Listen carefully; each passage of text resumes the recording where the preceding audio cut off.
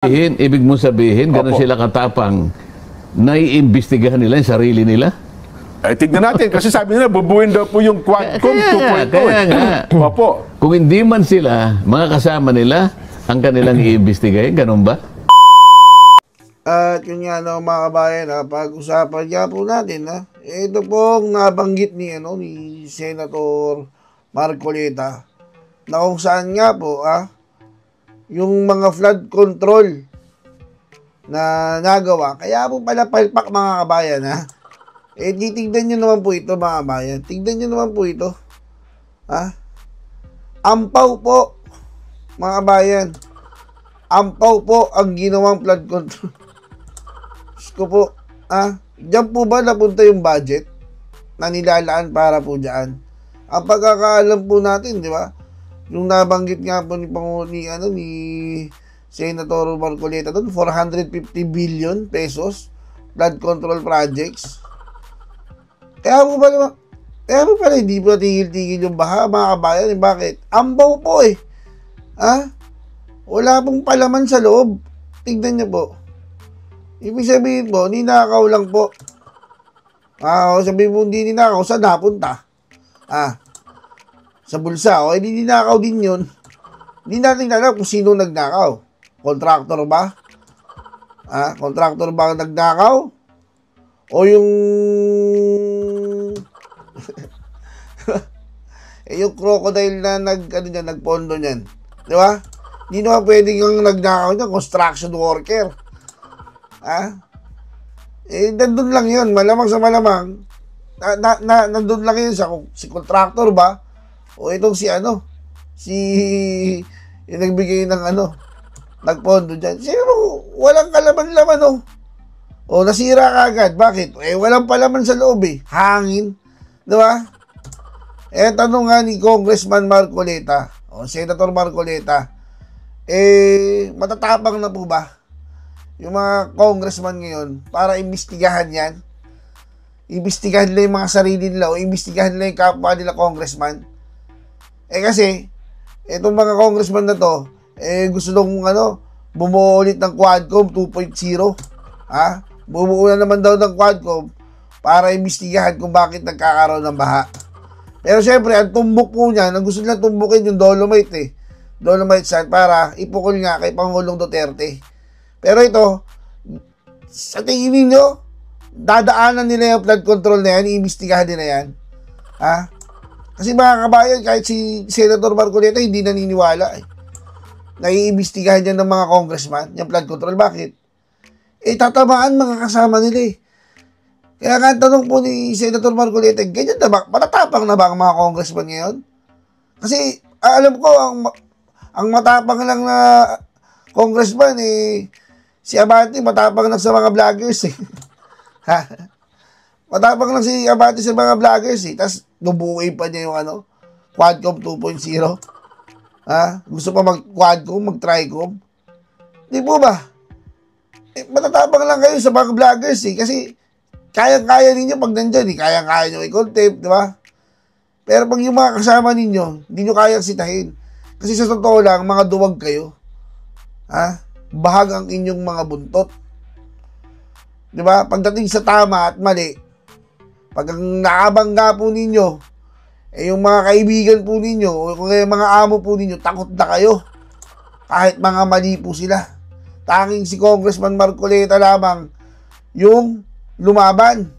Kaya nga pinapatahimik ninyo Diba? Ayaw nyo pagsalitain dyan sa Kongreso Ano nangyari? Naging senador. Napapalakpakan natin. Ganun po yun mga kabayan. Kahit si Senator Marcoleta, walang tiwala sa mga kasama niya. Bakit? Ang kaya na naman imbestigahan ni Abante yung mga kayang-kaya niya Diba? Yung kaya niyang murahin dyan sa kamera nung di nga niya kakaharap si Pangulong Duterte, tapang-tapang O nung humarap dyan, ano nangyari? Ang bait, di ba? Ganyan po, napipili lang po siya ng kaya kahit si Senator Marcoleta, hindi naniniwala mga kabayan na ito, yan, iimbestigahan ni Abante, hindi. Bakit? Sa vloggers lang matapang yun Ito to, duwag yan. Bahag ang buntot. Diba? Vloggers lang ang kaya. Mumurahin pa yung vlogger dyan sa sa camera, di ba? Naturingang pastor daw. Oh, tapos magmumura. Pastor ka pa niyan, ha? Baka pastor ka ng demonyo. Di ba? Anak ka ni Judas. Di mo ba? Pinagmamalaki niya pastor siya, tapos nagmumura siya. Oh. Yun na nga yun, mga kabayan, ha? Tingnan po natin, pakinggan po natin ang paliwanag dyan, ha? Si Senator Marcoleta, ha? Kung bakit hindi po siya naniniwala na nang itong mga congressman, may mga yagballs na po. Dahil alam po ni Congressman Marcoleta, Senator Marcoleta, na itong mga congressman, particular din si Abante, ha? Duwag po yan. Ha? Duwag. O, ito mga kabayan, napanoorin po natin. Senator Marcoleta, pasok po. Bubuin daw po ngayon sa yung Quadcom 2.0.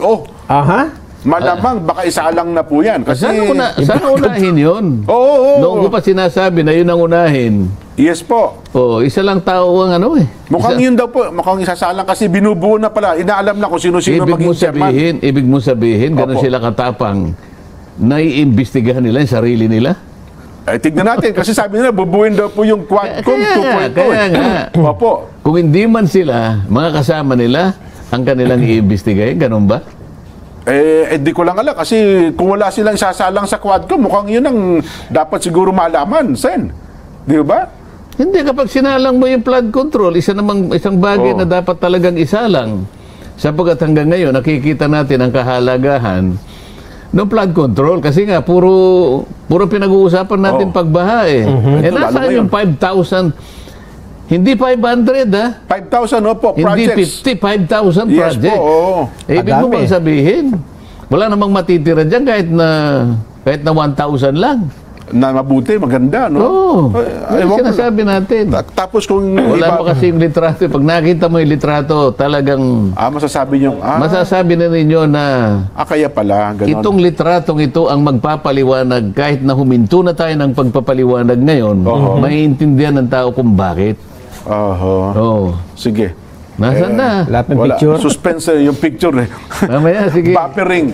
Kapag nakita nyo yung litrato na yan, kahit na hindi na tayo magpaliwanag, maiintindihan Kung bakit nangyayari nawala ito. lahat. Ayun. At kung bakit umulan ng bahagya ay baha kagad. Oo. Ayun. Sapag wala na sumasagka eh. Kasi nga, wala nga, hangin lang eh. Hangin lang. Nasira na. Nasira na eh. Ay, nako. Lumilitaw pala, Sen, Jen. Oo. Pinahanap ko sa kanila yung budget allocation eh. Oo. Kung gaano ba kalaki yung sa flood control at gaano naman kalaki yung sa Department of Agriculture. Anong taon Kasi, ito? 2025 ba yan? 2025. Okay. Hindi, pag sinabi mong flood control, Nelson, DPWH lang. Ganun ba? Oo, at saka Kasi may mga flood control sa iba't ibang mga ahensya eh. Opo. Oo. Ito, Pero ang pinakamarami dyan, DPWH. DPWH. Lumilitaw, Sen, yung flood control anong year project, yan? itong 2025, Oo, 2025. nakakuha sila ng 303 billion eh. Sa flood control lang. Flood control lang. Oo. Samantalang ang Department of Agriculture, Yan, Diba? ayan ang sinasabi ko. Ayun, Oo. at Alam mo, nagagawa lang ito, Sen? kagagawa lang yan. Tingnan mo, dyan, hindi ko lang naipakita. Merong minota dyan sa ilalim niyang litrato na yan. Ayan, Opo. riprap yan eh. Oo. O ilog ito yung sa kabila. Ilog yan. Para ngayon, hindi lalagpas ang tubig, di ba? Opo. Alam mo nakalagay na minota dyan sa litrato na yan? Opo. 80% lupa, sabi niya. Okay. 15% semento. Opo. 5% bakal. Okay. Opo. Equals pera. Naku po. Yan ang nakaano dyan. Hindi lang nakuha mismo dun sa litrato kasi putol eh. Tingnan mo naman, nasaan ang bakal dyan? Wala. Ampaw. Tapos yung loob niya, wala rin yung laman, ano? Wala pang tubig yan eh. O ngayon po, magpapaliwanag pa ba tayo kung bakit nawala po lahat? Oho. Ayan o, kitang-kita nyo. Yan ang flood control project. Dito pala mas malaki. Tingnan na po ninyo. Yan na yung 300 billion, Sen. Bahagi lang daw yan. Hindi, ibig ko sabihin, ganyan ang Ganyan ang ginagawang itsura. mga projects. Ngayon, kung lahat po ng nagpapatupad ng project ganito, talagang wala pong mangyayari. Oo nga. Ito ay wala pang ulan nito sa Sabi, pagka tumaas yung tubig doon sa ilog. Malalapnos lahat yan. Oo nga, Wala kasi pa, walang hindi pa bakal eh. tumanan tubig eh. Oo. Oo. Baka mas mabubuti pa yan kasi meron Palagay ko yan. Merong Opo. mga batang naglaro dyan. Oo nga, tama. Siguro na umupo sila siguro dyan. Bumagsak. Ilaglag. Sana man lang walang nasaktan na bata riyan. Upuan na ng bata. Ang nakalagay na minota dyan, 80% lupa, Opo.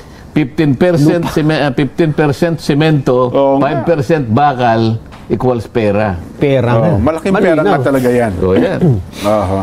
At yan ay larawan yan, Sen, ng iba't ibang mga flood control projects sa iba't ibang Isa bahagi lamang ng sa bansa. naglalarawan, siguro isa sa representasyon Opo.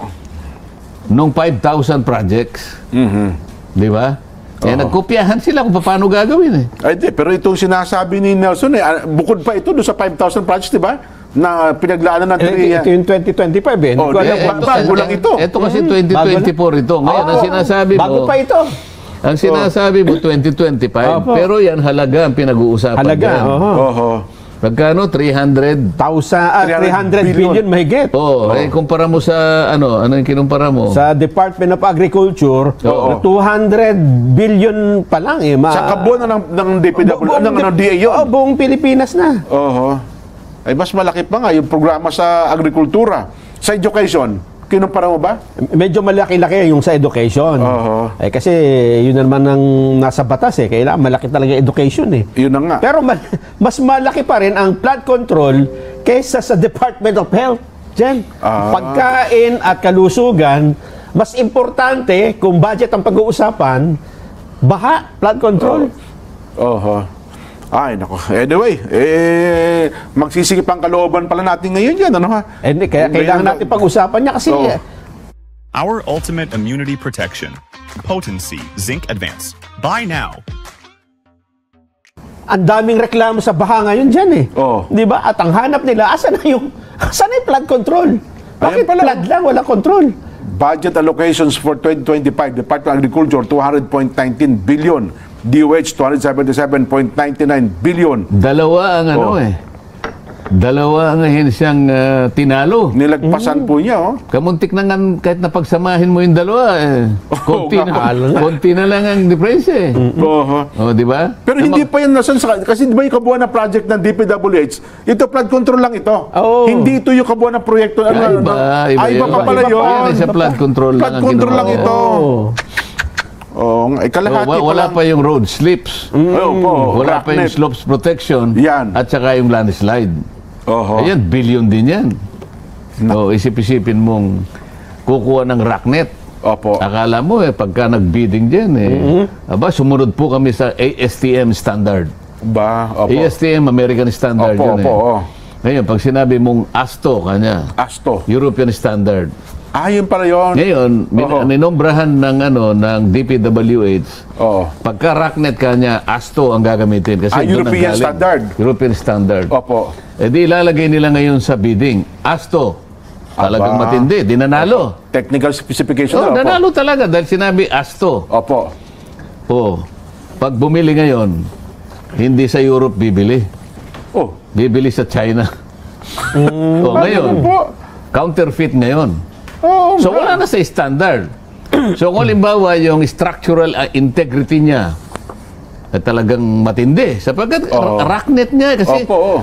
ang sinasagka mo talaga yung panganib na guguho yung parte ng lupa na yan. Parang yung mga Kaya pati boulders. yung binobor na bakal na papunta ron na halimbawa 5 metro mula dito gagawin ng 1 metro o di sakripisyo yung 4 na metro. Nako. Yung lalim 10 metro gagawin 3 metro, sakripisyo ng 7 metro. Oho. Pagkatapos yung kakapit ngayon na rocknet galing ng China, walang iniwan sa sapot ng gagambala.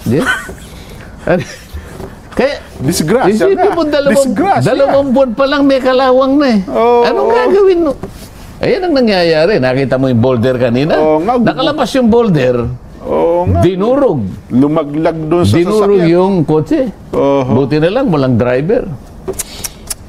Kaya naman lang, yung tinamaan ng boulder na yon, yung district engineer doon, di ba? Wag na. Di ba? Disgrasya. Silang may kagagawan niyan. Ayun na nga po. Nasasabi lang natin na kahit na hindi dapat nasabihin, dahil nga sa pangyayari, Nasisipayo tayo sa yan, ano? ikaw ba, ganun na lang baka simple nakita mong isang boulder na dinurog na parang laruan lamang yung isang kotse. Parang ball ng Paano bowling. kung kamag-anak mo yun? Paano kung, di ba? Kahit na Totoo. sino yun, tao yun eh. Opo. Ay, naku. Founding project. Oho. Hindi siya flood control. Aha. Pero dito, ang nakokontrol mo, yung tubig. Yung tubig. That's napapakinabangan. Na napakikinabangan. Oo. At kung itutuloy pa yan, makikita mo iba't ibang klase ng gamit Opo. ang ay naidulot nitong project na to. Ah, Ito, ibinigay sa akin ng DPWH nung ako ay nasa CA. opo. Ito, legal lahat yan. So, imbes na makakapamili ka eh, karaniwan sa mga flood control. Hindi ka ako. Ilalagay ko sa isang lugar na ang tubig ay hindi dapat masayang. Oho. Kamukha niya kapag nag-flood, nawawala eh. Pero dito na-control ko. Oho. At makikita mo dyan, 3,500 ang nakinabang na farmers. Opo. 3,500 ang nabiyayaan, 3,000 mahigit hectares ng lupa. So, yan mga ganyan dapat. Ayun. At ang balita ko, Sen, parang si Pangulong Bongbong ata nagpunta pa dyan, no? Hindi pa. Hindi Pupunta pa lang. Oh. pupunta pa lang. Oo. Oh. So, ganun pala, no ha? So, Nakausap ko yung mga small irrigators Oho. na talaga nagpasalamat sila. No? Yan nga yung pwede kong sabihin sa Pangulong Marcos na ito po ang pinakamagandang halimbawa Oho. na yung project kapag ka sininob mo, hindi yung nasasalaula, hindi nawawala. Opo. Ito katibayan na maganda ang pagpapatupad ng isang proyekto. So, pwede pala magtayo ng ganyan? Binigay sa akin ng DPWH at nilagyan pa Oho. ng NIA. So pinagsama, kaya medyo malaki ang Pati sa nangyari. pan-irrigation. Oo. So, ito pala, Sen, pwedeng gawin sa iba't ibang mga probinsya, no? Oo Pwedeng- naman, kailangan lang ay yung project na totohanan, hindi yung 80% lupa, 50% semento, 5% bakal equals Pera. ayun. Ay, nako. Anyway,